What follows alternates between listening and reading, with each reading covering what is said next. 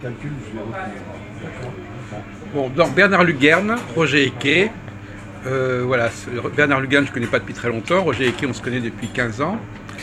Et Bernard Lugern, donc, vous n'avez pas publié sur l'astrologie Non, jamais, non. D'accord. Non. Donc voilà, donc finalement, on va commencer à vous donner la parole. Cette réunion un peu sur la réforme de l'astrologie, quelles sont les réflexions que vous avez en tête, quels sont les sujets sur lesquels il faudrait justement discuter? Alors, il y a un sujet dont on parlait tout à l'heure. Est-ce qu'il faut simplifier l'astrologie ou est-ce qu'il faut, au contraire, l'étendre? En fait, ça c'est un point intéressant. Je pense aussi que, on en a déjà parlé dans ces colloques. Oui. L'astrologie, quelque part, est un peu en concurrence avec la voyance, la médiumnité.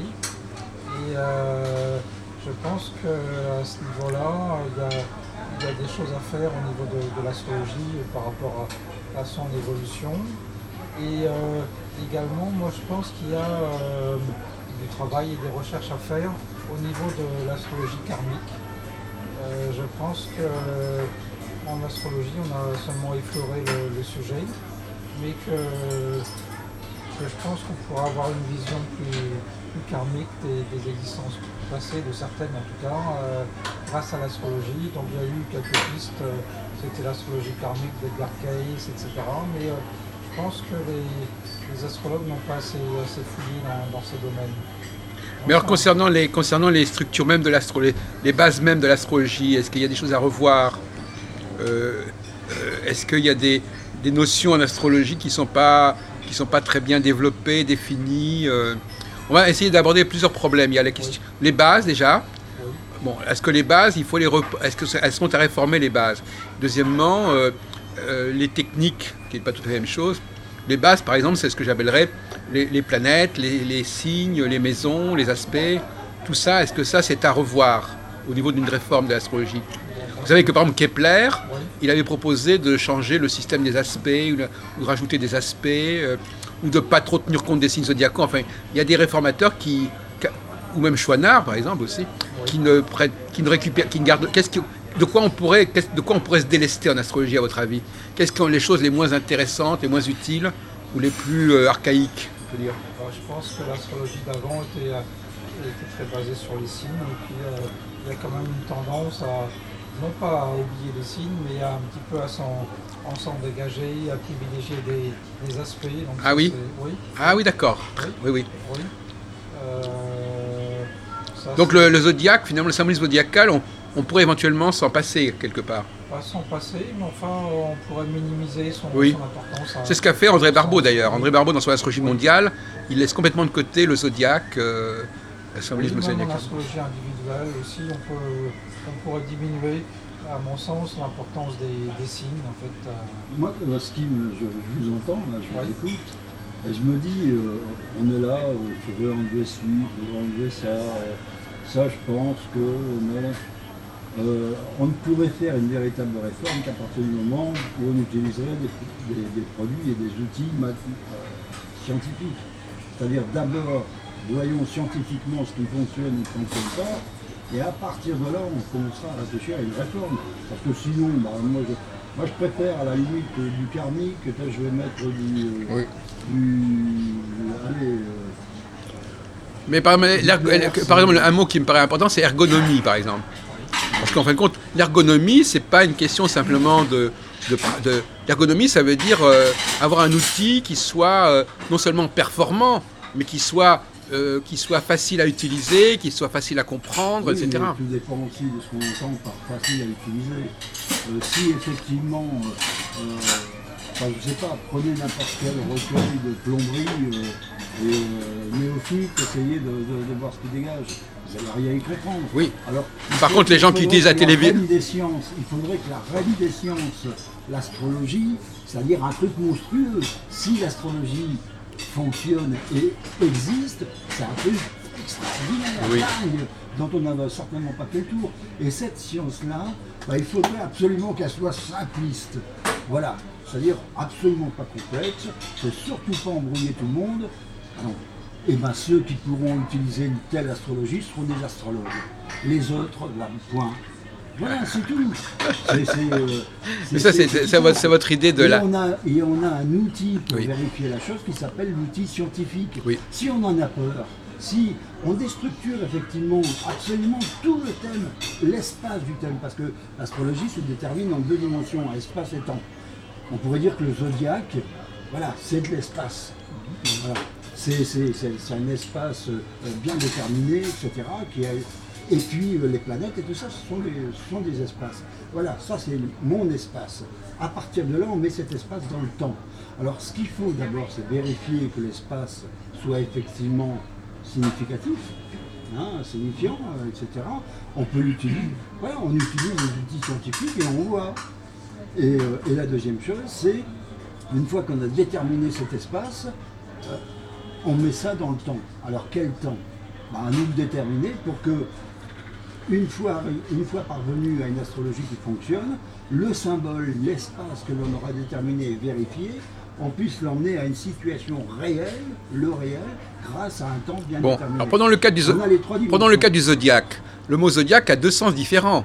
C'est une réalité astronomique, c'est-à-dire que c'est l'écliptique. Oui. Ça, c'est une chose. Ne mélangeons pas. Pour les astronomes, les signes zodiacaux, ça n'a aucune valeur. On est bien d'accord là-dessus, c'est simplement un point de repère. Donc, personne en astrologie, on ne peut évidemment pas ignorer le zodiaque en tant que réalité astronomique. Oui. Hein, je suis bien obligé. Mais au niveau symbolique, par exemple, prenons le cas de la théorie des grandes conjonctions qui a été élaborée au Xe siècle sur Jupiter et Saturne, il s'intéressait non pas au zodiaque, il s'intéressait aux éléments. Je donne cet exemple. Il disait, voilà, la conjonction s'est faite dans l'élément eau, dans l'élément terre. Donc, c'était en référence au zodiaque, mais c'était déjà pas les 12 signes zodiacaux.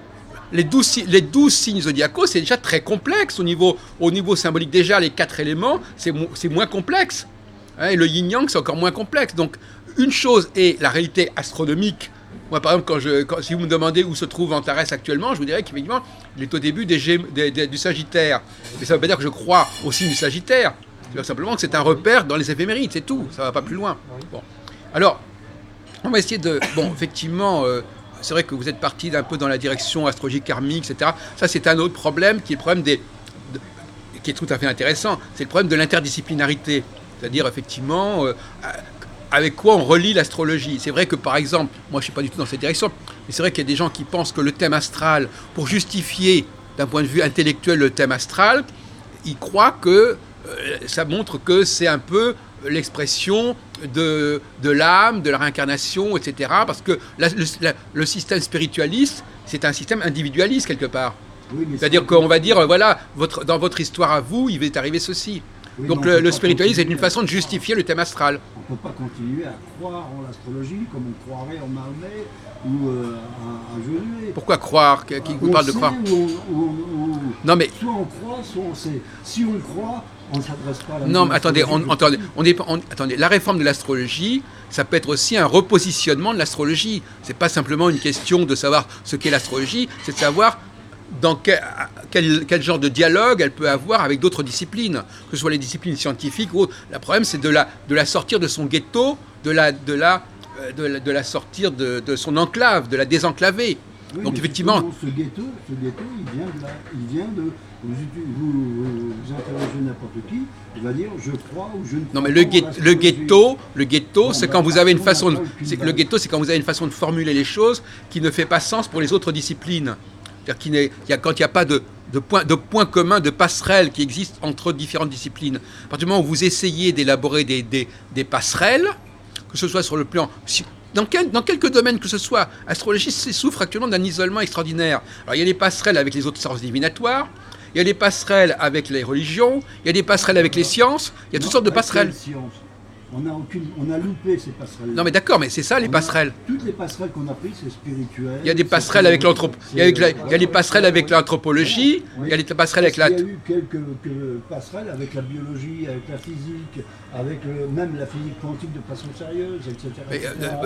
Et alors aucune passerelle. Ben voilà. On a oublié ces passerelles-là. Oui. Et c'est là qu'il faut revenir. Il faudrait essayer. Il faut effectivement, ce que dit Roger Eke est intéressant parce que sa théorie, c'est que le thème astral il ne faut pas utiliser les transits parce que le thème astral, il va évoluer de lui-même. Ses structures de base, C'est-à-dire qu'à partir du moment où on est né, c'est les directions primaires.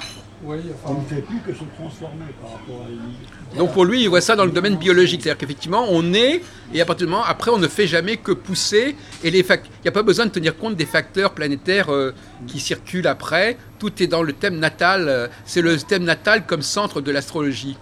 moi, je pense qu'il ne faut pas quand même jeter les transits pour les transits. Non, mais moi, je ne suis pas non trouver plus... leur valeur, mais Je bon, les Roger ai a des points utilisés intéressants. pendant 15 ans et Non, attendez. Le problème, mon cher Roger, c'est que vous les avez utilisés pendant 15 ans. avec un esprit critique. Est-ce que vous avez tenu compte?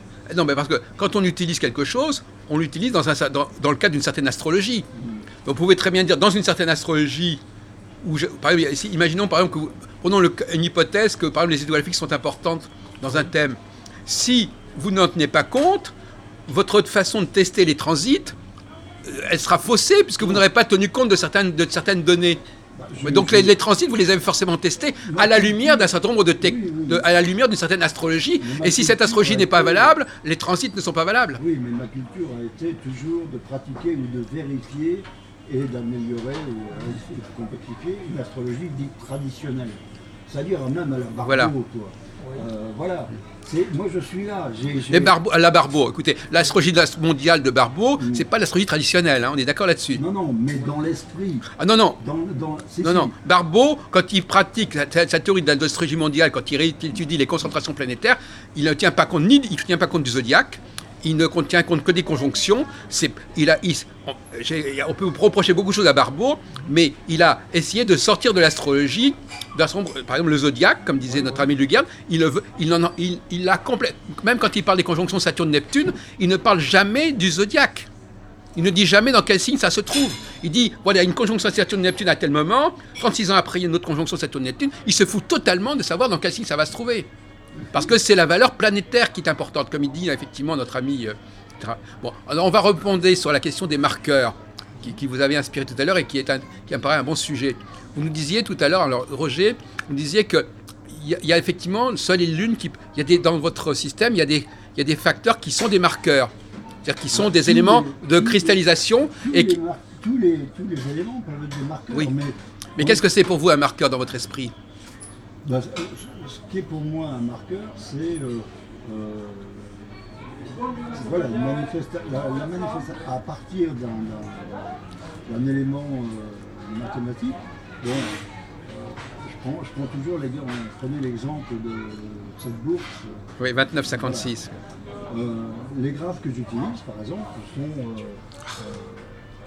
ont tous le soleil à 0,00 degrés de minute, en radical.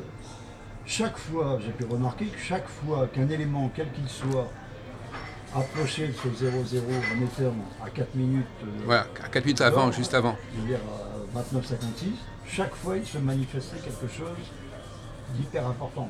Oui.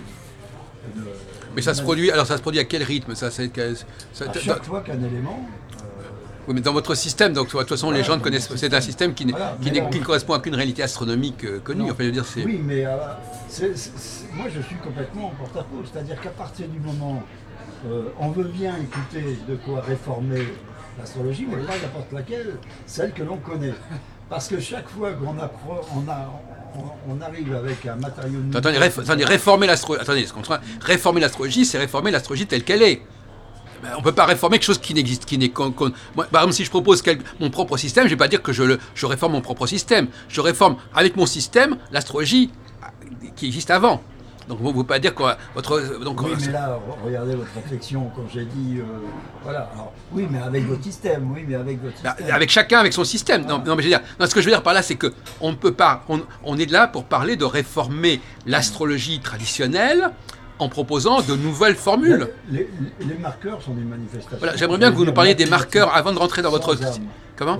Voilà, c'est ça, des facteurs neutres. Voilà, sont des facteurs neutres. Comme le soleil, par exemple, quand il dit on est né sous un certain signe, le soleil va dire que vous êtes bélier, taureau. C'est pas le soleil qui est symboliquement important, c'est qu'il marque le marqueur bélier, il marque le bélier, le taureau ou la maison 8. C'est un peu l'équivalent, j'y réfléchissais tout à l'heure, du neutrino c'est-à-dire d'une masse. Ah oui, complètement- voilà que c'est intéressant voilà, comme image. Une masse nulle. Voilà. Oui. Et la manifestation Voilà. de cette masse nulle. Et l'ascendant aussi, Voilà. l'ascendant aussi est un Donc, marqueur. on peut L'ascendant pas- à un moment donné, c'est l'aiguille de la montre. Il s'arrête Mais sur le par 8, contre, sur le 9, sur le 10. Voilà. Mais par contre, on retrouve ces mêmes éléments à d'autres circonstances, etc., qui eux seront marqués Voilà. d'un esprit à la chose. Voilà.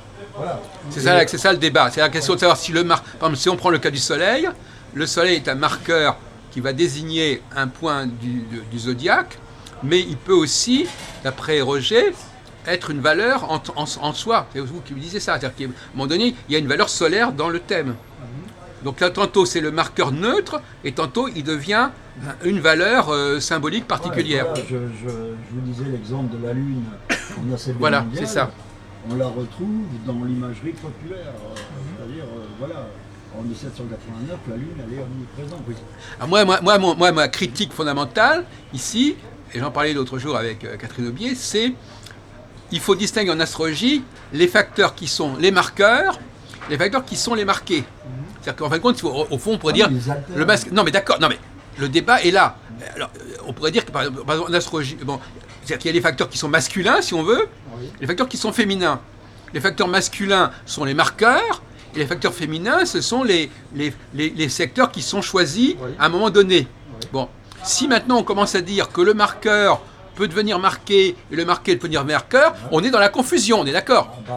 C'est ce que moi j'observe maintenant. Oui, non, mais d'accord, mais je veux dire que voilà un exemple. Donc actuellement, le nouveau truc qui est tombé, qui est dans la mare, le nouveau pavé dans la mare, c'est cette question-là que j'ai lancée il n'y a pas très longtemps et qui a déjà eu un impact. À savoir, peut-être que le dysfonction, parce que moi ce qui m'intéresse c'est les dysfonctionnements. Un des dysfonctionnements, ce serait justement qu'on ne sache plus distinguer entre l'élément qui va avancer et qui va successivement marquer ceci ou cela, et l'élément qui lui est le facteur qui lui fait justement partie de ce paysage sur lequel on va passer. Donc par exemple Jupiter, pour moi c'est pas un marqueur. Ça fait partie du paysage à un moment donné. Alors moi je dis deux choses. Le marqueur, il est soit en aspect avec une planète, donc l'aspect avec la planète va apporter à ce marqueur une tonalité particulière, soit il est dans un certain signe et va être marqué par le signe, etc. Mais le marqueur, il faut le suivre. Et la cyclicité, justement, ça consisterait à prendre une planète marqueuse et de la suivre sur son cycle, et au fur et à mesure de son cycle, elle va être en aspect avec ceci, elle va se trouver dans tel et tel endroit. C'est ce que je fais. Oui, mais à condition de bien définir quel est le marqueur, de ne pas confondre tout. Jupiter en 29-56, il sera un marqueur. Et ben voilà, Saturne aussi. voilà, Mais je fais la même chose que vous, c'est-à-dire que je les suis ensuite. voilà. En une certaine forme de progression. Oui. Comme le Alors vous TSC. allez avoir un nombre considérable de marqueurs. Non, Mais si. non. Ah bon, d'accord. À un moment donné, il y aura un seul marqueur. Tout dépend Ah oui. Ah oui, d'accord. dans le temps. Par exemple, j'ai plusieurs représentations. Tenez, du temps. mettez votre truc si vous avez un truc. Mais j'ai plusieurs représentations du temps. Je peux plus ou moins m'éloigner de. Ah oui, d'accord, du oui, oui. phénomène. Si, par exemple, je prends en TS, c'est vrai, j'ai un marqueur qui aura été Jupiter, et ça, c'est la réalité. Oui, Je sais, en termes de bourse, par exemple, pour le CAC 40, que ce Jupiter-là, le prochain marqueur, qui sera oui. 29,56, ne sera plus qu'en 2018. attendez, je voudrais vous interrompre. Est-ce que vous voulez dire par là qu'il y a qu'à un moment donné, il y a tel marqueur, et à un autre moment, il y a un autre marqueur? Voilà. Il y a un seul marqueur. Est-ce qu'il y a un seul marqueur à la fois? Ah bah oui, la preuve, c'est que celui qui nous occupe actuellement, c'est un marqueur qui sera jusqu'en 2018. Et c'est quoi ce marqueur? C'est quoi ce C'est marqueur? Jupiter en semi-carré. Ça fait penser à l'astrologie hindoue, vous savez, les dasas. Les dasas, ils vous disent, voilà, pendant tant d'années, on est sous le marqueur Mars. Pendant tant d'années, on est sous le marqueur Jupiter. Alors ça, c'est si je veux voir la situation, ce qu'on appelle en bourse des prévisionnels à long terme. Voilà. Une tendance à long terme. Par contre, Donc, autrement, là, vous avez j'ai une tendance à ouais, long terme voilà. qui sera en hausse. Voilà. Pourquoi je sais qu'elle sera en hausse? Oui. Parce qu'au moment même où le marqueur a fonctionné, ça s'est remarqué de suite sur les cours, de suite, immédiatement, la position, la tendance a été hausse, alors qu'elle était baisse depuis un certain moment. ouais. Au moment même du marqueur, la position a été, le cours a pris Oui. Et ça, je sais que ce marqueur-là, je le suis jusqu'en 2018. Oui. C'est-à-dire que dans cet ordre de vue, on va avoir une tendance au CAC 40 pendant... Oui, mais alors pour rebondir à ce que vous disiez tout à l'heure à Bernard, donc vous faites quand même bien des prévisions où vous déterminez des phases relativement longues. Oui, mais après, je me rapproche. D'accord, mais quand même, vous êtes d'accord sur le Après, je me principe. rapproche. Vous êtes quand même d'accord sur le principe qu'on peut définir des périodes longues et que c'est pas inintéressant. Oui. Parce que tout à l'heure, vous laissiez entendre qu'il fallait être intéressé qu'à des Non, trucs non. au jour le jour.